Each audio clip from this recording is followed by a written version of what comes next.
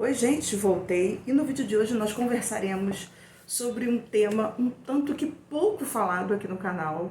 No final do ano passado eu recebi uma sugestão de um inscrito para nós conversarmos sobre ficção científica, mas eu confesso para vocês que eu leio muito pouco acerca dessa temática, desse gênero. Inclusive, eu reconheço que preciso colocar esse gênero mais nas minhas listas e metas de leitura. Eu já tenho alguns aqui na minha estante, mas preciso incluí-los em minhas metas.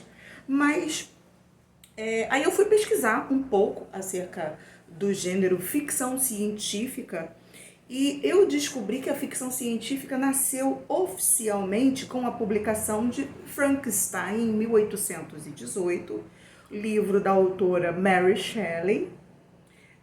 Inclusive nessa época, o cientificismo, né, a forma de pensar a partir desse âmbito da ficção científica, era um método que estava a todo vapor, né? As vertentes acerca desse pensamento da ficção científica, de se pensar a partir daí, de ter ideias, perspectivas e expectativas a partir do cientificismo, estava em alta nesse contexto, quando a Mary Shelley publica Frankenstein. Só que, pesquisando sobre isso, eu também descobri que dentro da ficção científica nós temos subgêneros, como, por exemplo, a distopia. Nesse subgênero, os enredos giram em torno de sociedades opressoras que geralmente representam realidades piores que a atual. Né? Dentro de alguns desses livros que se enquadram no subgênero distopias, eu trouxe 3 hoje para vocês. O primeiro que eu quero conversar com vocês é A Revolução dos Bichos, de George Orwell, que foi publicado pela primeira vez em 1945. E nós temos aqui nesse livro, essa edição inclusive que eu tenho em mãos aqui, é a edição clássica da Companhia das Letras, né? Eu tenho em mãos aqui as edições clássicas, eu não tenho nenhum deles em capa dura, eu prefiro essas edições aqui, foram as que fizeram grande sucesso, né, no âmbito da literatura. E nós temos aqui a história que se passa em uma fazenda, inclusive temos outras edições sob o título de A Fazenda dos Animais. Então, a história se passa nessa fazenda de animais, cujos os humanos, claro, né, trabalham, administram, cuidam, as tarefas distribuídas entre si, eles cuidam dos animais, eles alimentam, eles fazem a manutenção do lugar. Porém, num determinado momento deste que é uma sátira ao governo ditador de Stalin, tá? Lembrem-se disso, nós temos aqui uma sátira ao governo de Stalin e à própria União Soviética.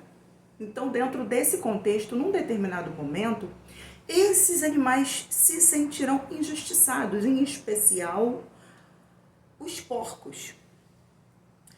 E eles se sentirão injustiçados e eles vão levantar uma proposta. Nós vamos nos rebelar contra esses humanos e a finalidade aqui é o seguinte: nós vamos implementar um regime igualitário muito mais justo, muito mais humanitário. Nós vamos nos preocupar com as pessoas, nós vamos cuidar das minorias, dos menos favorecidos, e toda aquela sociedade de animais ali da fazenda se juntam com esses líderes, porque eles acreditam na história que está sendo vendida. Qualquer semelhança, né, como já diz o ditado, é mera coincidência. E a sociedade compra essa ideia, sabe? Porque a questão aqui, dentro desses 3 livros que eu vou apresentar para vocês, a questão básica é o desconhecimento dos nossos direitos. Por isso que aquele velho ditado diz que conhecimento é poder. Por isso que as políticas públicas de educação, elas não investem tanto, sabe? Em conhecimento, em leitura. Por isso que aqui no Brasil, por exemplo, a literatura, ela encontra tantos obstáculos, sabe? Livros de boa qualidade, boas traduções, sabe, as editoras. Existem enormes impasses e obstáculos a serem ultrapassados para que a população receba educação de qualidade, boa literatura. Então, a ideia básica, na minha perspectiva, que permeia esses livros, esses 3 livros que eu vou trazer para vocês, é a questão do não conhecimento. Quando você não conhece, quando você não tem a informação, não há como você brigar por ela. Como você vai argumentar por algo que você não conhece? Então, a população compra essa ideia. Só que a partir daí, esse regime que seria igualitário e justo transforma-se em algo muito pior do que eles tinham a priori, tá? A princípio. A gente tem aqui críticas sociais ao governo de Stalin, como eu já falei para vocês, e Orwell mostra também aqui para nós, a partir de um episódio histórico, né, entre a União Soviética e a Inglaterra, porque eles vão fazer uma parceria, e a ideia que eles vendem é essa, de que não, eles estão preocupados, eles querem o bem da população, eles querem o bem das minorias, quando na verdade essas uniões diplomáticas e militares, elas não se baseiam em ideais sociais, sabe, ideais para a população, para a minoria. Eles não estão preocupados com a educação, com o saneamento básico, com a saúde pública. Eles estão interessados em seus próprios interesses, em seus interesses particulares de dominadores, e isso acontece quando a Inglaterra faz uma parceria com a União Soviética, surge a partir daí uma cartilha de práticas midiáticas, quando eles vão tentar manipular a população, não só dali do lugar, como de outras regiões, outros países, a partir da propaganda, de que não era nada daquilo que estava acontecendo, de que os boatos eram mentirosos.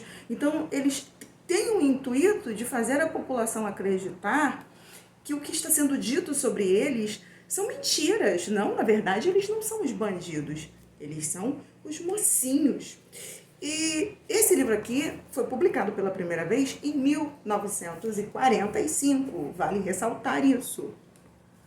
O segundo livro que eu trouxe para vocês, também do George Orwell, foi publicado pela primeira vez em 1949. 1984. E o que nós temos aqui? Nós temos aqui o George Orwell, mais uma vez, fazendo críticas sociais acerca do regime totalitário, acerca do poder em mãos cerradas, acerca da manipulação pública e histórica, com uma distopia ambientada na pista de pouso número 1, situada em uma província do superestado da Oceania. Em um mundo de guerra contínua, sabe, problemas constantes, clima tenso, estresse absoluto, vigilância governamental e manipulação. Então, as pessoas aqui, dentro dessa história, elas são vigiadas 24 horas por dia pelo grande irmão, né? É o nome dado aos telemonitores usados, né, para vigiar a sociedade, manipular, não só vigiar, mas vigiar, manipular e direcionar a sociedade. Aqui nesse livro, nós teremos a elite privilegiada do partido interno, que persegue o individualismo. Prestem atenção nessas semelhanças, porque elas não são coincidência. Essa elite privilegiada do partido interno, ela persegue o individualismo, a liberdade de expressão, considerando isso como um crime de pensamento. Você não tem o direito de se expressar, você não tem o direito de pensar, de expor as suas ideias, de expor o que você pensa, porque isso configura um crime. E nós temos aqui um personagem principal, que é o Winston Smith, que é um homem aparentemente insignificante, que recebe uma tarefa de perpetuar a propaganda do grande irmão através da falsificação de documentos públicos, papéis importantes, históricos, e a falsificação de literatura. Só que num determinado momento, ele começa a fazer questionamentos sobre o que está acontecendo, sobre o porquê de muitas coisas, sobre o porquê de certas regras e imposições que ele recebe, e frustrado com essa situação, ele decide começar uma revolta contra o sistema, uma revolta contra o grande irmão. Então a gente tem aqui críticas sociais a partir dos subgêneros da ficção científica, que são, nesse caso eu trouxe para vocês hoje as distopias, e eu poderia falar de muitas outras, como por exemplo, eu poderia mencionar aqui o Conto da Aia, né? A gente tem aqui a representação num mundo distópico do que poderia muito bem ser verdade, e se nós prestarmos atenção, nós veremos que alguns detalhes do que está acontecendo aqui nesse enredo estão acontecendo na nossa sociedade, e não só no nosso país, como também no mundo. E o último livro que eu trouxe para vocês é Admirável Mundo Novo. Esse aqui é da Biblioteca Azul, foi publicado pela primeira vez em 1932 e é Aldous Huxley é o nome do seu autor. Nós temos aqui, em Admirável Mundo Novo, uma sociedade controlada pelo Estado científico totalitário, onde o amor, a família e a amizade e quaisquer tipos de relacionamentos desse âmbito são proibidos. Os seres humanos aqui, eles são criados em laboratórios, prestem atenção nas semelhanças, e o sexo é estimulado desde a infância. As crianças são estimuladas desde a infância, a partir de brinquedos eróticos, a explorar a sexualidade. Veja que absurdo. Parece que o Aldous já estava prevendo o que aconteceria nos nossos dias, quando as crianças estão sendo estimuladas, erotizadas o tempo todo. Elas estão sendo estimuladas a perder a infância, a perder a inocência, estão sendo invadidas em sua pureza, corrompidas, né? O sistema, de muitas formas, está tentando fazer isso. Então, a gente tem essa temática pesada aqui. O lema dessa sociedade aqui é todos são de todos. Então, vocês já podem imaginar o que nós temos aqui nesse livro. E, pasmem, ainda não acabou. Aqui, nessa sociedade, é proibido ficar sozinho. Então, quanto mais parceiros sexuais você tiver, mais bem visto você é, mais bem quisto você é, mais bem conceituado você é. Aqui as pessoas, elas são criadas em laboratório, então elas são programadas para não terem empatia, sentimento pelo próximo. Então a morte aqui não significa nada, as pessoas não ficam tristes quando morre alguém. E se alguém sente algum tipo de tristeza, por acaso por algum erro de laboratório, alguém sente alguma tristeza, existe uma droga fornecida pelo sistema, pelo governo, chamada soma, para tirar essas pessoas da realidade, sabe? Para ajudá-las a fugir da realidade. Então as pessoas, se elas por acaso, por um erro de laboratório, já que todos são criados em laboratório, desenvolverem algum tipo de tristeza, automaticamente o governo fornece a droga soma para que as pessoas fujam dessa realidade. Então aqui a alegria, a futilidade, ela é incentivada a partir da prática desenfreada do sexo e do uso de drogas. Nós temos aqui um personagem principal que é o Bernard Marx. O Bernard, ele faz parte de uma casta privilegiada, como eu já falei para vocês. Aqui o livro é dividido em castas e daqui a pouquinho eu vou explicar para vocês um pouquinho sobre essas castas. Então ele faz parte de uma casta privilegiada, mas como os seres humanos são criados em laboratórios, ele nasce com determinados defeitos físicos. Houve um erro ali, quando ele estava sendo criado em laboratório, e ele nasce com defeitos físicos.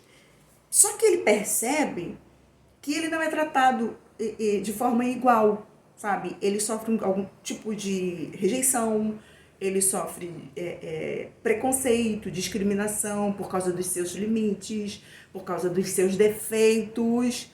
E a partir daí, ele se transforma num indivíduo com sensações de deslocamento, sabe? Ele olha para as coisas, para os ambientes, para a sociedade, para as situações, e ele se sente deslocado, ele se sente confuso em relação a algumas regras impostas, algumas situações ali onde ele é inserido, e ele começa a ter atitudes de questionamento, atitudes de rejeição ali ao que é apresentado a ele, sabe? Ele começa a questionar, ele começa a fazer perguntas, ele começa a dizer não, a argumentar, ele começa a pensar sobre o que está acontecendo. Isso é um problema. E a partir daí, ele começa a ficar na mira dos seus superiores. Ele está desagradando, ele está falando demais, ele está questionando, ele está indagando, ele está interpelando, ele aprendeu a dizer não, vamos dizer assim. Então, os seus superiores começam a se sentir desagradados com isso. E quando ele está próximo de ser expulso dali, daquele ambiente, daquela casta privilegiada a qual ele faz parte, para ser enviado para um outro ambiente, para uma outra colônia de castas inferiores, ele conhece uma jovem, uma moça, e eles começam a desenvolver um relacionamento de amizade, um relacionamento legal, bacana, diferente, e a partir daí surge a possibilidade de uma rebelião contra esse sistema. E eu não quero falar mais nada, porque eu não quero dar nenhum spoiler para vocês. E sobre a questão das castas, prestem bem atenção, como eu já falei no início, que qualquer semelhança, né, é mera coincidência. Será? Nós temos 5 castas aqui na narrativa do Aldous. Nós temos a casta alfa, que eram aqueles que eram programados em laboratórios para serem líderes e pensadores. Temos aqui a casta Delta e Gama, que eram aqueles criados em laboratório para serem um pouco inferiores que os alfa. Mas ainda assim, eles teriam alguma capacidade física e intelectual, mas eles estariam abaixo dos alfa. Esses são os beta e gama. E as duas últimas castas eram a delta e a epsilon. Eles eram criados em laboratório atrofiados de propósito. Falta de oxigênio, falta de produtos químicos, como por exemplo vitaminas, proteínas, essas coisas que eram injetadas nos outros indivíduos. A casta delta e a epsilon eram prejudicadas propositalmente, portanto eles nasciam com baixo nível intelectual, mas eram brutos fisicamente, eles nasciam atrofiados em relação à sua perspectiva, à sua inteligência cognitiva de pensar, de ver a vida, mas eles eram brutos, fortes fisicamente, para que eles fossem colocados para executar, para servir em trabalhos duros. Ou seja, o cérebro pequeno, músculos grandes, para serem os burros de carga, com perdão da expressão. Bom, gente, eu trouxe esses livros para vocês, conforme eu já disse no início, dado o nosso contexto social, político, mundial, histórico, dado tudo que está acontecendo no Brasil e no mundo, eu tive o interesse de trazer para vocês esses 3 livros, para indicar para vocês essas 3 leituras, porque são leituras que abrem a nossa mente para o questionamento, para a percepção da vida, para as questões de saúde pública, de saneamento básico, de educação, para questões políticas, para as leis que estão sendo apresentadas, para os projetos que estão sendo votados, os projetos de leis que estão sendo votados, que estão sendo apresentados, aquilo que está acontecendo no nosso Brasil, sabe? Então cabe a nós, porque somos nós que temos o poder de votar, o poder de eleger, o poder de cobrar, sabe? Então, quando a gente vê nesses livros o poder do totalitarismo sendo imposto ao ponto de que pensar, de que fazer perguntas, de que ter uma opinião diferente consiste em crime, desperta na gente uma certa preocupação. Será que essas realidades distópicas não poderiam se tornar a nossa realidade? Amanhã ou ano que vem, quem sabe? Então tá aqui, gente, as indicações do vídeo de hoje. Para você que ficou comigo até agora, muito obrigado por assistir. Se não for inscrito no canal, inscreva-se. Não esqueça de deixar o like. E deixa aqui para mim nos comentários, você já leu algum desses livros? Tem algum outro livro com uma temática importante para me indicar? Conta para mim aí nos comentários. Eu gosto muito de interagir com vocês. E vamos trocar essas figurinhas aí acerca das questões políticas, acerca dos governos, acerca dessas ideias apresentadas nessas distopias que trazem para nós tantas semelhanças, tantas coisas que parecem reais, que parecem que já aconteceram, que estão acontecendo ou que vão acontecer. Deixa para mim aí o seu comentário. Não esqueça que realizando qualquer compra a partir dos meus links de associada da Amazon, você não paga nada mais por isso e ainda contribui com o Viva Livros. Mais uma vez, muito obrigado por assistir. Até o próximo vídeo e viva a vida!